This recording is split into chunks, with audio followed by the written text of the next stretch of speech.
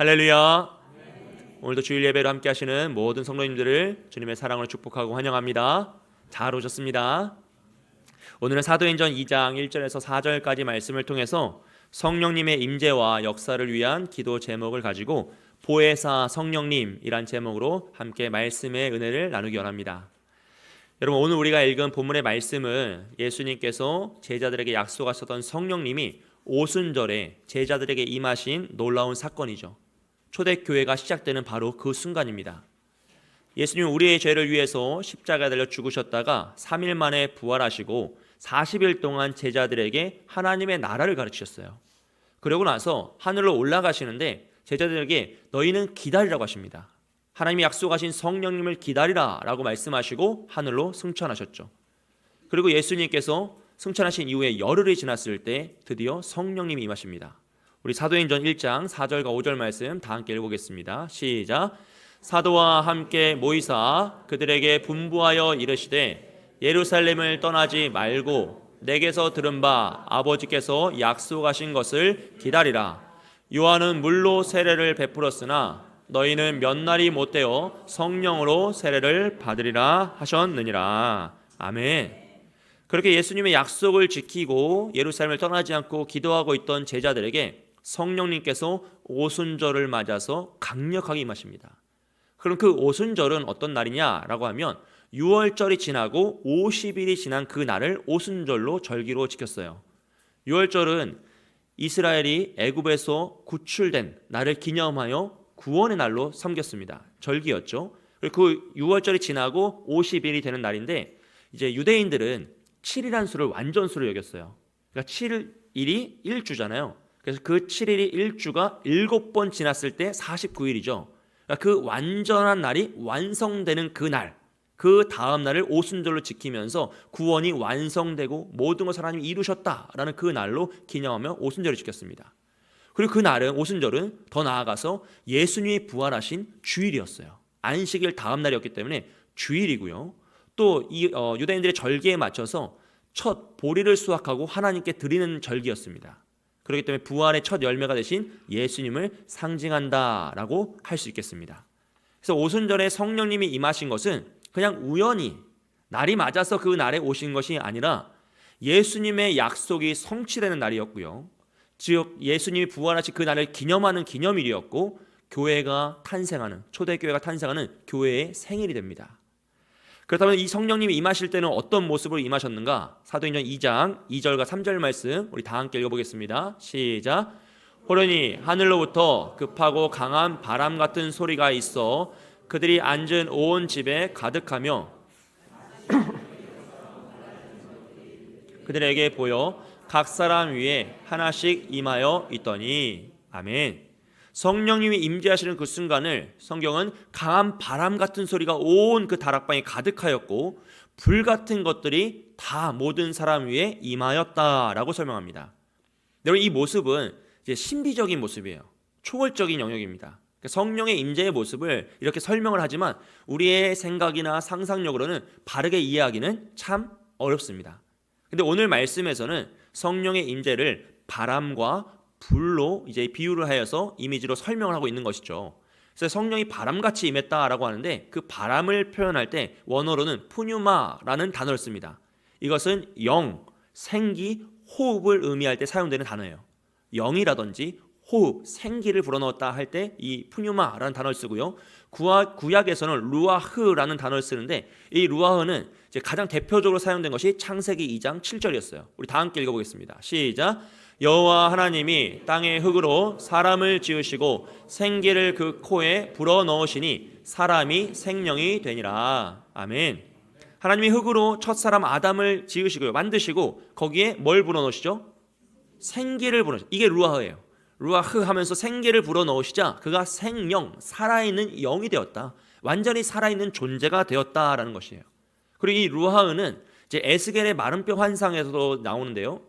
하나님께서 에스겔에게 마른 뼈가 가득한 골짜기를 보여주십니다. 그리고 그 마른 뼈들에게 하나님의 말씀을 선포하러 가세요. 에스겔이 말씀에 순종하여서 하나님 말씀을 선포하자 그 마른 뼈들이 갑자기 움직여서 모양을 잡고 그 모양 가운데 근육이 생기고 피부가 생기며 사람이 되었어요. 그리고 거기서 멈추지 않고 하나님께서는 에스겔에게 생기를 불어넣어라, 그들에게 생기를 불어넣으라 라고 명령하시자 그는 말씀에 순종합니다. 우리 에스겔 37장 9절과 10절 말씀 함께 있습니다. 시작. 또 내게 이르시되 인자야 너는 생기를 향하여 대언하라. 생기에게 대언하여 이르기를 주 여호와께서 이같이 말씀하시기를 생기야 사방에서부터 와서 이 죽음을 당한 자에게 불어서 살아나게 하라 하셨다 하라. 이에 내가 그 명령대로 대언하였더니 생기가 그들에게 들어가매 그들이 곧 살아나서 일어나 서는데 극히 큰 군대더라. 아멘. 에스겔이 말씀에 순종하여 하나님 말씀을 선포하자 마른 뼈가 살아나서 사람이 됩니다. 그리고 거기에 말씀에 순종하여 생기를 불어넣자 성령이 그들 가운데 임하셔서 그들이 완전히 살아나는 회복된 존재로 큰 군대가 되었다라고 하고 있어요. 이것은 바벨론에 멸망하여서 포로로 잡혀간 유대인들이 이제 우린 다 망했다, 모든 것이 끝났다라고 절망하고 있는 그들에게 하나님 말씀을 선포하여 그들이 회복하게 하고 성령을 불어넣어 그들이 완전히 살아날 수 있도록 도우라라고 하시는 하나님의 뜻이었습니다. 사랑하는 여러분, 오직 하나님 말씀이 선포되고 성령이 임하실 때 죽은 영혼이 살아날 줄 믿습니다. 우리가 포기한 그 문제가 해결될 줄 믿습니다. 나는 할 수 없다라고 낭망한 그 모든 순간이 하나님의 성령의 은혜로 말미암아 성취될 줄 믿습니다. 여러분, 우리의 영혼과 가정과 교회 모든 것들이 오직 성령으로 말미암아 새로워질 줄 믿습니다. 그리고 더 나아가서 3절 말씀을 보면요, 이제 성령을 불로 표현하는데요, 이 불과 같은 성령은 우리의 마음을 뜨겁게 하시는, 우리의 마음을 다시 타오르게 하시는 성령의 능력을 의미하는 것이죠. 이 뜨거움은 뭐랄까요, 신비로운 체험이라든지 우리가 무엇인가를 놀라운 일을 해서 경험하는 그 뜨거움이 아니고요, 하나님의 말씀을 깊이 있게 깨달을 때 느끼는 하나님의 뜨거움입니다. 하나님이 주시는 뜨거움이에요. 부활하신 예수님께서 엠마오로 가는 두 제자에게 나타나셔서 하나님 말씀을 길에서 풀어주시자 그들이 뭐라고 고백합니까? 누가복음 24장 32절 함께 읽습니다. 시작. 그들이 서로 말하되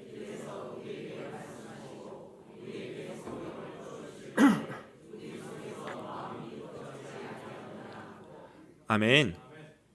하나님의 말씀을 깨닫고 우리를 향하신 예수님의 그 한없는 사랑의 깊이와 넓이를 우리가 이해하면 우리의 마음에 뜨거움이 생겨요.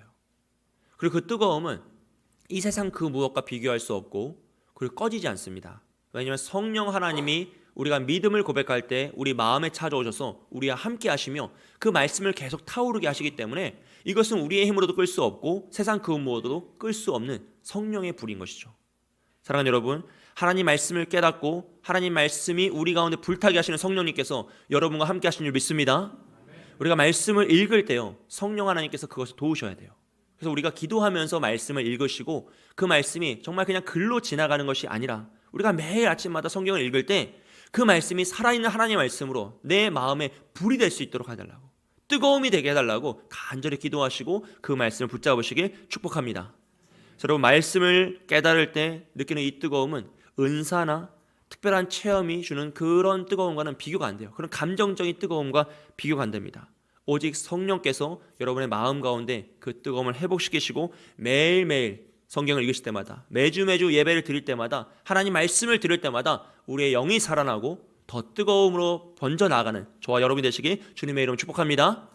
여러분, 이 뜨거움이 있어야지만 능력이 있습니다. 우리가 아무리 예배를 드리고 봉사를 하고 헌신을 하고 다른 그 무엇을 할지라도 이 뜨거움이 없으면요, 우린 변화를 일으킬 수 없어요. 이 차갑게 식어버린 이 세상을 변화시킬 수 없고 정말 시체처럼 식어버린 그 영혼을 살릴 수가 없습니다. 우리 안에 이 뜨거움이 살아 숨쉴 때만, 뜨거움이 나를 사로잡을 때에만 지쳐있는 영혼을 다시 회복시킬 수 있고요, 탈진되어 낭망한 사람을 위로할 수 있고 열심이 없는 것에 열심을, 사랑이 없는 것에 사랑을 회복시킬 수 있습니다. 사랑하는 여러분, 바람과 같은 그 성령, 생명을 살리는 성령의 역사, 불과 같이 우리를 다시 한번 뜨겁게 하신 그 성령의 역사가 우리 모두에게 임하시기를 주님의 이름으로 축복드립니다. 그래서 제자들은 그 성령의 충만함을 받고 밖으로 나아가 복음을 전하기 시작했어요. 우리 2장 4절 말씀 다 함께 읽겠습니다. 시작. 그들이 다 성령의 충만함을 받고 성령이 말하게 하심을 따라 다른 언어들로 말하기를 시작하니라. 아멘. 그동안 제자들은 사실 유대인들이 무서워서 숨어 있었습니다. 예수님이 죽으신 이후에 대제사장들에게 또 유대인들에게 자신들 잡혀서 죽을까 봐 두려워 숨어 있었어요. 그들은 그것이 어떤 곳인지 자신들이 무엇을 하는지 정확히 알지 못했습니다. 하지만 성령님이 임하시자 그들이 어떻게 합니까? 밖으로 나아가서 사람들 앞에 자신을 내보이면서 담대하게 복음을 선포하고 있어요. 근데 이 장면에서 가장 특징적인 것은 그들이 다른 나라의 말들로 복음을 선포했다는 것이죠. 유월절과 오순절을 지키기 위해서 디아스포라 유대인들 사방에서 몰려온 그 유대인들이 그 제자들의 복음을 듣고 놀라는 거예요. 저들이 어떻게 우리나라의 말로 복음을 전하는가? 저들이 어떻게 나의 나라의 말을 알고 저렇게 유창하게 복음을 전하는가 놀라웁니다. 물론 그 중에는 제자들을 보고 술 취했다라고 조롱하는 이도 있었습니다.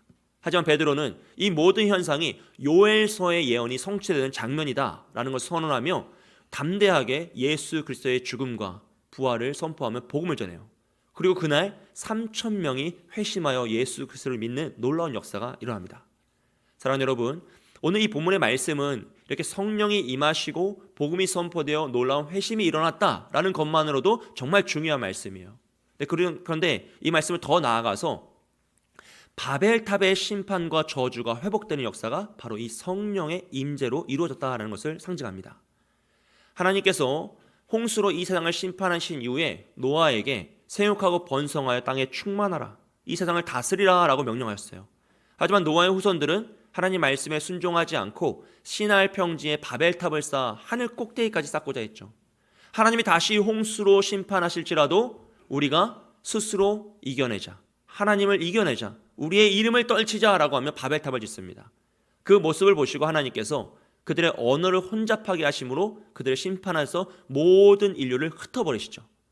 그때부터 나라와 나라가 생기면서 사람들은 언어를 따라서 흩어지기 시작해요. 그리고 다른 언어를 쓰는 사람들과 소통이 단절되죠. 여러분, 인류의 역사는 그때부터 소통의 단절이 되는 역사이고 그 단절된 소통으로 말미암아 싸우고 다투며 전쟁을 하는 그런 역사가 계속되고 있는 것입니다. 심지어 오늘날은 같은 언어를 쓸지라도 단절되고 있어요. 이 소통이란 것이 참 어려워서 점점 단절되고 나누어지는 것이 인간의 모습이라는 거죠. 인간은 자신의 지혜와 능력을 의지하여서 이것을 해결하려고 했습니다. 하지만 인류 역사상 그 어떤 법과 정치와 제도도 이런 소통의 문제를 해결하지 못하더라라는 것이죠. 그런데 오늘 오순절 성령 강림이 임하시자 제자들이 나아가 복음을 선포하고요, 그 복음 안에서 모든 사람이 하나됨의 소통을 누리고 은혜를 경험하다라는 것이죠. 사랑하는 여러분, 오직 진정한 소통은 우리의 힘과 능력이 아니라 오직 성령 안에서만 이루어질 줄 믿습니다. 성령 하나님께서 나누어진 마음을 하나 되게 하시고 닫혀진 마음을 열리게 하여 주셔서 그들이 더욱더 온전한 소통을 누리며 하나됨의 은혜를 누리게 하신다라는 거예요. 그리고 그 성령의 충만을 받으면요, 사도행전 1장 8절에서 이렇게 고백합니다. 오직 성령이 너희에게 임하시면 너희가 권능을 받고 예루살렘과 온 유대와 사마리아와 땅끝까지 이르러 내 증인이 되리라 하시니라. 아멘. 여러분, 성령을 받으면 어떻게 됩니까? 땅끝까지 이르러 흩어져야 돼요. 그 다 뿔뿔이 흩어지는 거예요. 그런데 이 흩어짐은 바벨탑의 흩어짐처럼 심판의 흩어짐이 아니라 이 사분오열되고 나눠진 그 마음을 복음으로 회복시키는 축복의 흩어짐입니다. 즉 우리가 가정으로 흩어지고 사역지로 흩어지고 삶의 터전으로 흩어지는 것은 그곳에 나아가서 성령을 받은 자로서 복음을 전하여 그곳을 하나 되게 만드는 거예요. 소통을 회복시키고 진정한 하나됨의 축복이 임하게 하는 축복의 흩어지며 진정한 소통과 은혜가 누리는 그 축복의 길인 줄 믿습니다. 여러분, 여러분의 가정과 우리 교회요, 우리가 속한 공동체들은 진정한 소통과 하나됨의 은혜를 누리고 계십니까? 여러분, 이 진정한 소통과 하나됨의 은혜는 인간의 노력으로 되는 것이 아니에요. 혈연이나 인맥이나 관계나 좋은 노력으로 애쓴다고 되는 것이 아닙니다. 그래서 가족일지라도 끝없이 그 안에 분쟁이 일어나고요, 때로는 아예 척을 지며 외면할 때도 있습니다. 신앙 공동체도 마찬가지예요. 여러분, 우리가 뭐 열심을 낸다고 해서 다른 사람을 잘해준다고 해서 우리가 하나 될 수가 없다라는 거예요. 그걸로 되는 게 아니라는 것이에요. 아무리 좋은 관계가 있어도요, 아무리 좋은 걸 주고받다가도 한순간 어긋나면 남이 되는 것이 우리의 모습이죠. 때로는 남보다 못한 관계로 끊어질 때도 많이 있다는 것이에요. 여러분, 그래서 결국 이 하나됨의 역사, 소통의 회복의 역사는 성령 하나님께서 도와주실 때에만 가능하다라는 것이죠. 그래서 우리는 오직 성령의 도우심을 간구하면서 우리의 가정이 진정으로 하나 될 수 있도록, 이 소통이 회복될 수 있도록 기도하셔야 되고, 우리 교회가 하나님이 원하시는 소통이 회복된 교회, 정말 인간적인 방법으로 하나 되는 것이 아니라, 좋은 게 좋은 거다 하나 되는 것이 아니라 오직 성령 안에서 하나 되는 그런 교회가 될 수 있도록 기도하시고 그것을 바라시고 원하시며 노력하며 나아가야 합니다. 할렐루야. 사랑하는 여러분, 성령을 받은 우리를 통하여서 그 일이 일어날 줄 믿습니다. 성령님께서 우리를 통해 여러분의 가정을 회복시키시고 우리 교회를 회복시키시고 우리 모든 신앙 공동체를, 모든 모임들을 회복시킬 줄 주님의 이름으로 축복드립니다. 오직 성령 안에서만 우리가 그 일을 이룰 수 있어요. 그렇다면 이런 일을 행하시는 성령님은 누구시냐, 어떤 분이냐라는 건데요. 여러분, 성령님은 하나님이 우리에게 보내신 하나님의 영이십니다. 하나님의 영을 우리에게 허락하셔서 우리가 예수님을 믿으면 그 믿음 가운데 우리에게 찾아오시고 우리의 마음에 내주하세요. 들어오세요. 그래서 우리가 오직 믿음으로 고백만 하면, 주를 시인하면 성령님이 우리와 함께 하시며 우리를 도우시고 지키시며 보호하신다라고 약속하고 있습니다. 성령님은 우리가 하나님의 말씀을 깨달을 수 있도록 도와주시고요, 우리가 낭망하여 기도하지 못할 때 우리를 대신하여 탄식함으로 기도해 주시고, 상처받은 영혼을 회복시키시고 지친 영혼에게 새 힘을 불어넣으시고 죄 가운데 빠진 영혼을 깨달아 회개하며 돌아오게 하시는 분입니다. 이런 성령님의 도우심이 있기 때문에 우리는 이 험한 세상을 이기며 나아갈 수 있고, 또 죄 가운데 빠지지 않고 온전한 믿음의 삶, 바른 삶을 살아갈 수 있다라는 것이에요. 그래서 예수님은 이 성령님을 보혜사라고 설명하고 계십니다. 우리 요한복음 14장 16절과 26절 말씀 함께 읽겠습니다. 시작. 내가 아버지께 구하겠으니 그가 또 다른 보혜사를 너희에게 주사 영원토록 너희와 함께 있게 하리니, 보혜사 곧 아버지께서 내 이름으로 보내실 성령, 그가 너희에게 모든 것을 가르치고 내가 너희에게 말한 모든 것을 생각나게 하리라. 아멘. 여기서 보혜사라는 단어는요, 이제 변호자, 중보자, 돕는 자라는 뜻입니다. 즉 성령님께서 우리에게 어떤 역할을 해주신지를 나타내는 단어이죠. 그래서 16절에 보시면 성령님을 또 다른 보혜사라고 설명하세요. 예수님께서. 그 말은 예수님이 보혜사로 이 땅에 오셔서 우리를 돌보시고 도우시고 보살피시며 지키셨다라는 것을 의미해요. 그리고 이제는 승천하셔야 되니까 예수님 승천하신 이후에 또 다른 보혜사, 두 번째 보혜사 성령님을 보내주셔서 그 성령님이 우리와 함께 하시고 지키시고 도울 것이다 라는 것을 약속하고 계시는 거죠. 여러분, 그래서 예수님은 이 땅에 오실 때 완전한 인간으로 오셨기 때문에 육체의 한계가 있으셨습니다. 시간과 공간의 한계 속에서 모든 사람과 함께 할 수가 없었어요. 제자들을 중심으로 특정 소수의 사람들과 늘 함께 하시며 그들을 집중적으로 가르치셨죠. 그래서 성령님은 하나님의 영이시기 때문에 이 육체의 한계가 없어요. 그래서 오직 예수 그리스도를 믿는다라고 믿음을 고백하는 자에게는 누구나 다 성령님이 마음속에 찾아오셔서 우리와 언제나 함께 하시며 우리를 지키시고 보호하시며 돌보시더라라는 것입니다. 할렐루야. 그래서 예수님은 성령이 오시는 게 너희에게 더 유익하다, 내가 하늘로 가고 성령이 오시는 게 너희에게 모두에게 더 유익하다라고 말씀하신 이유가 바로 그것이에요. 성령님께서 언제나 우리와 동행하시며 우리를 지키시고 보호하신다는 겁니다. 여러분, 이 성령님은요, 예수님과 동일한 성품으로 삼위일체 하나님 중 한 분이시죠. 영원히 우리와 함께 하시며 예수님을 가르치시고요, 말씀을 깨닫게 하시고 하나님과 교제할 수 있도록 우리를 도우시도록 하는 겁니다. 사랑하는 여러분, 그 성령님이 이미 우리 가운데 계신 줄 믿습니다. 여러분이 믿음을 고백하는 순간 이미 성령님은 우리 가운데 계셔요. 그것을 믿어 의심치 마십시오. 내가 믿음이 약해졌는데요, 내가 그것을 다 잊어버렸는데요, 내가 방황하고 있는데요. 아니요, 성령님은 우리를 떠나지 않으시고 말할 수 없는 탄식으로 우리를 위해 기도하시며 오늘도 우리를 지키고 보호하고 계십니다.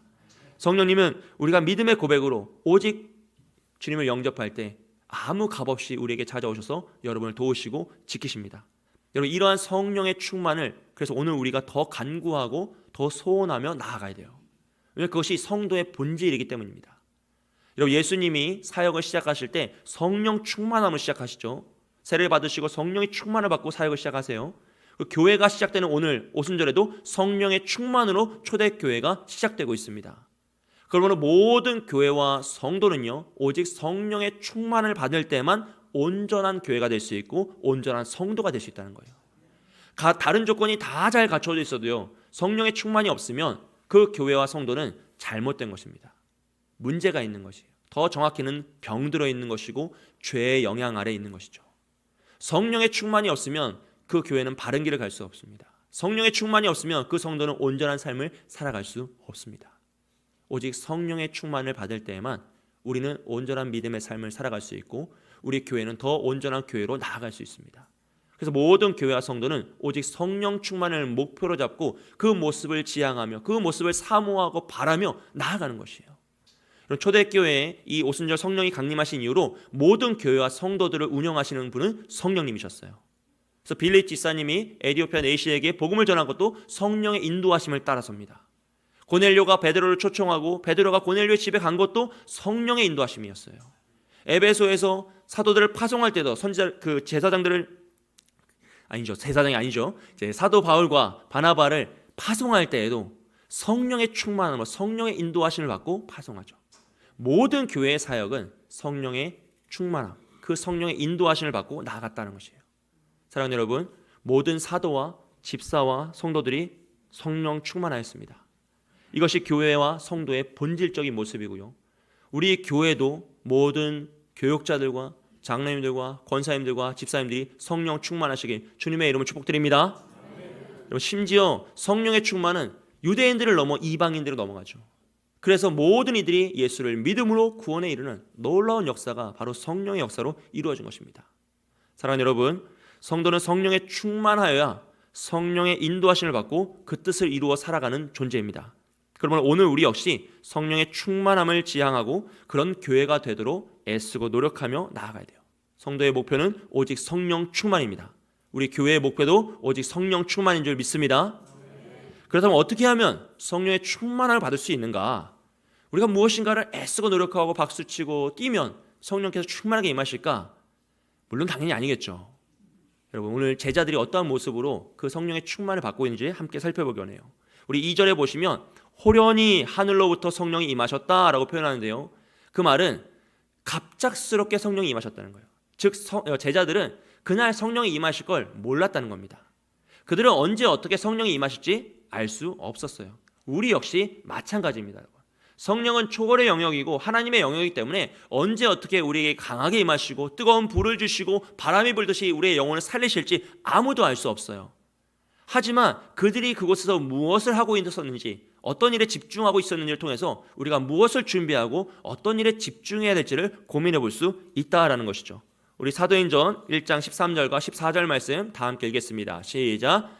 들어가 그들이 유하는 다락방으로 올라가니 베드로, 요한, 야고보, 안드레와 빌립, 도마와 바돌로메, 마테와 및 알페오들, 야고보, 셀로센 시몬, 야고보의 아들 유다가 다 거기에 있어 여자들과 예수의 어머니 마리아와 예수의 아우들과 더불어 마음을 같이 하여 오로지 기도에 힘쓰더라. 아멘. 제자들은 예수님의 말씀에 순종하여 예루살렘을 떠나지 않고 한 곳에 모여 있었습니다. 다락방에 모였죠. 그리고 그들이 한 것은 오로지 기도에 힘썼다라고 했어요. 온 마음을 다해 함께 기도하고 기도하였더니 성령님께서 그곳에 임한 것입니다.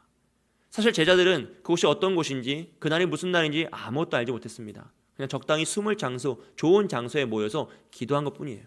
하지만 하나님께서 그들을 기억하시고 그들에게 찾아가 성령을 부어주시자 그들은 변화되어 담대히 복음을 선포하고 그 날은 초대교회가 시작되는 기적의 날이 되는 것이죠. 사랑하는 여러분, 마태복음 18장 20절 말씀에서 두세 사람이 내 이름으로 모인 곳에는 나도 그들 중에 있느니라 라고 약속하였습니다. 우리가 예수 그리스도의 이름으로 모이고 온 마음을 다해 기도할 때 성령 하나님께서 우리 가운데 함께 하실 줄 믿습니다. 여러분이 모이시는 그 목장 모임과 부서의 모임들과 신앙 공동체의 모임과 이 예배와 우리의 가정 가운데 우리가 예수 그리스도의 이름으로 모이고 온 마음을 다해 기도할 때 성령 하나님께서 함께 하시며 우리를 지키시고 도우실 줄 믿습니다.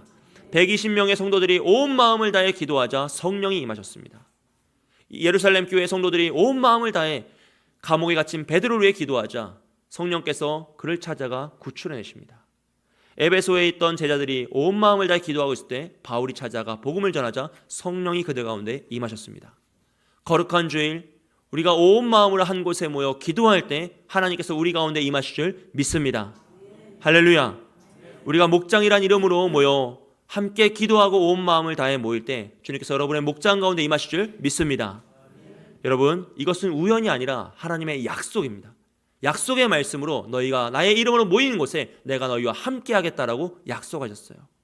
계시록 1장 10절 말씀을 보면요, 주의 날에 내가 성령에 감동되어 내 뒤에서 나는 나팔 소리 같은 큰 음성을 들으니 라고 했어요. 주님께서 부활하신 그 날에 우리가 함께 모여 예배하고 그날을 기념하며 주의 부활을 기념하며 나아갈 때 성령께서 우리 가운데 함께 하시고 우리를 외면하지 않으시고 우리의 기도에 응답하시며 여러분이 가지고 계신 모든 어려움들 가운데 은혜를 더하실 줄 믿습니다.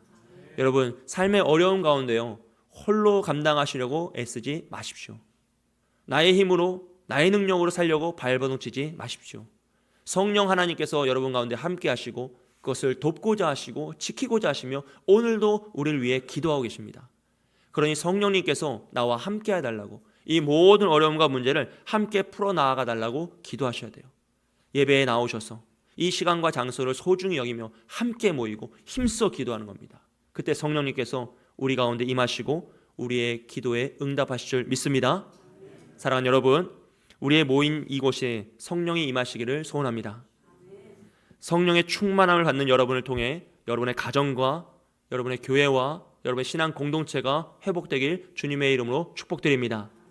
우리 모두를 통하여서 이 나라 민족이 회복되기를 소원합니다. 성령의 충만을 통해 진정한 소통이 회복되고 하나됨의 그 은혜를 누리는, 그래서 단절된 모든 문제가 회복되고 여러분이 가지고 계신 모든 아픔의 제목들이 치유되고 회복되는 그 놀라운 은혜가 임하시길 주님의 이름으로 축복드립니다. 이 시간 함께 기도하겠습니다. 우리 합심기도 성령님의 임재와 역사를 위한 기도 제목 함께 읽고 다 함께 기도하겠습니다. 우리 다 함께 읽습니다. 시작. 예배와 기도 모임에 성령님의 임재를 경험하게 하옵소서. 사모하는 성도들에게 성령의 은사를 허락하여 주옵소서. 성도들이 성령의 열매 맺는 삶을 살게 하옵소서. 성령님이 말씀을 통해 깨달음과 감동을 주옵소서. 성령님의 능력으로 교회가 변화되고 새로워지게 하옵소서. 아멘. 오직 성령께서 임재하셔서 우리 교회가 진정으로 하나 되고 소통이 회복되며 우리 다음 세대들 모든 교육부서 예배마다 우리 청년들에게 성령의 임재가 임하셔서 그들이 오직 은혜 받고 능력 받고 이 믿음의 세대가 될 수 있도록, 우리보다 더 위대한 믿음의 세대로 일어날 수 있도록 이 시간 우리 교회와 우리 모든 사역과 이 모든 일들 가운데 성령의 임재와 역사를 위해서 함께 기도하겠습니다. 사랑과 은혜가 많으신 하나님